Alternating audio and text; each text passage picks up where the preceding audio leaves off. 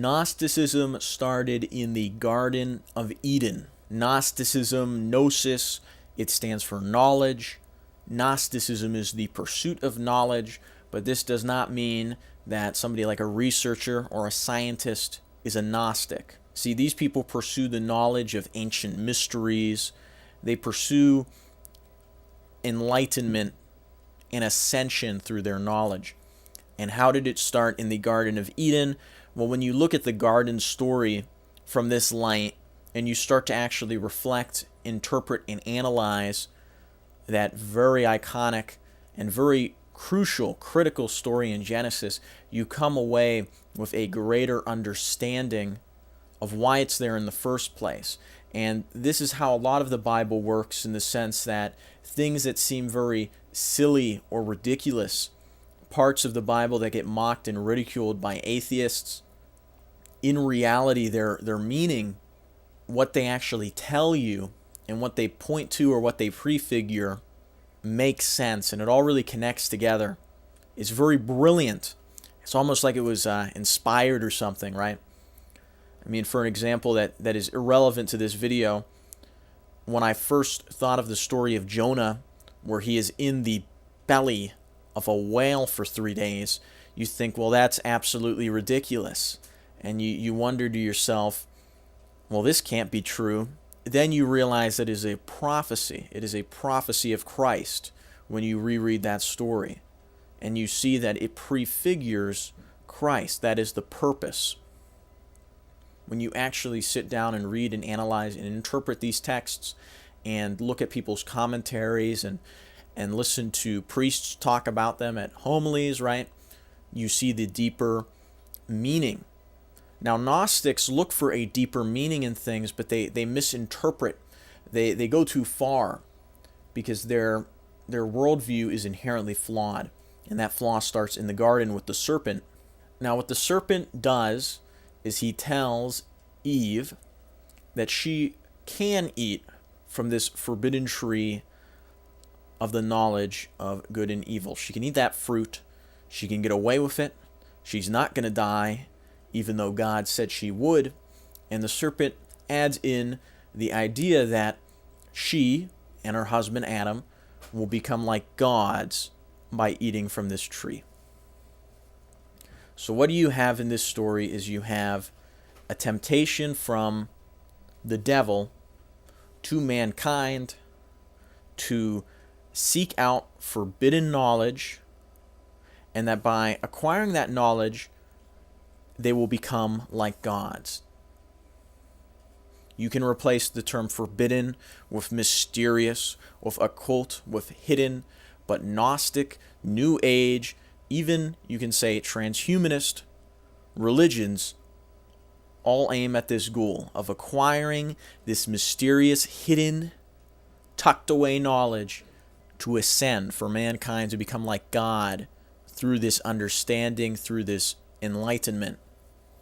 But what happens in the garden? Well, Eve eats of the fruit and Adam eats of the fruit, and they become ashamed of being naked, for example.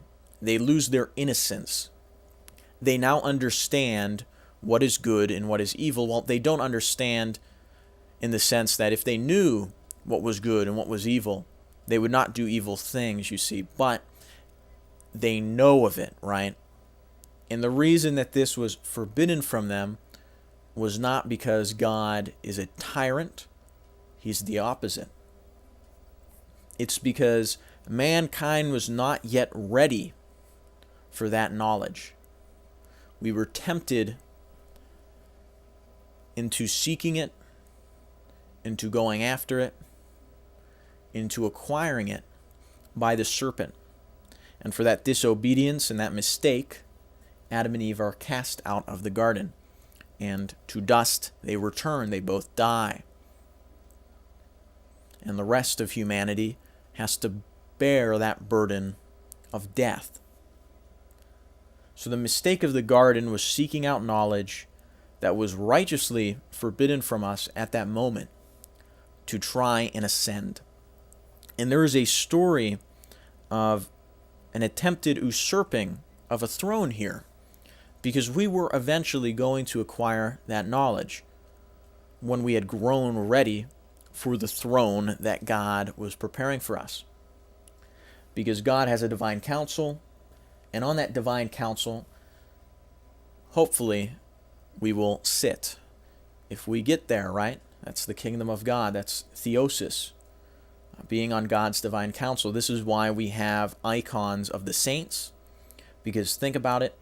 In the Holy of Holies in the temple, you had icons of cherubim and seraphim and angels and all that. And the powers and principalities, you had it on the Ark of the Covenant. Of course, nobody really saw that because only the high priest went in there, but there was that iconography.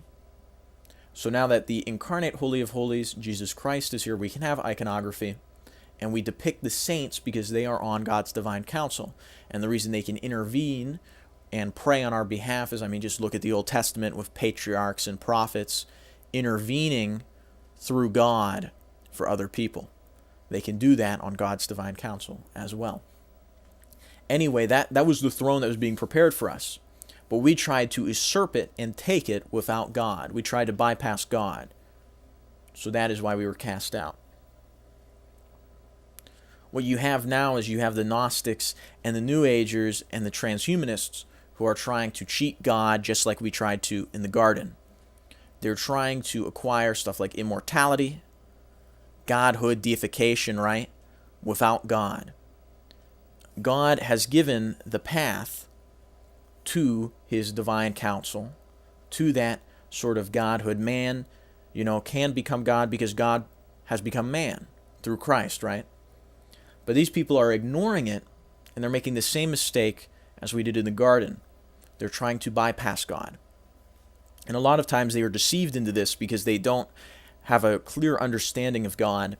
New Agers and, not really Gnostics. Gnostics have the demiurge concept of God a lot of times, where they see the world and creation as a prison and God as a tyrant. New Agers have a more pantheistic sense of God. They don't know what a personal God is. They sometimes think of this sort of force of nature. Again, this ties into their belief in stuff like consciousness networks and all this very vague spiritual mumbo-jumbo.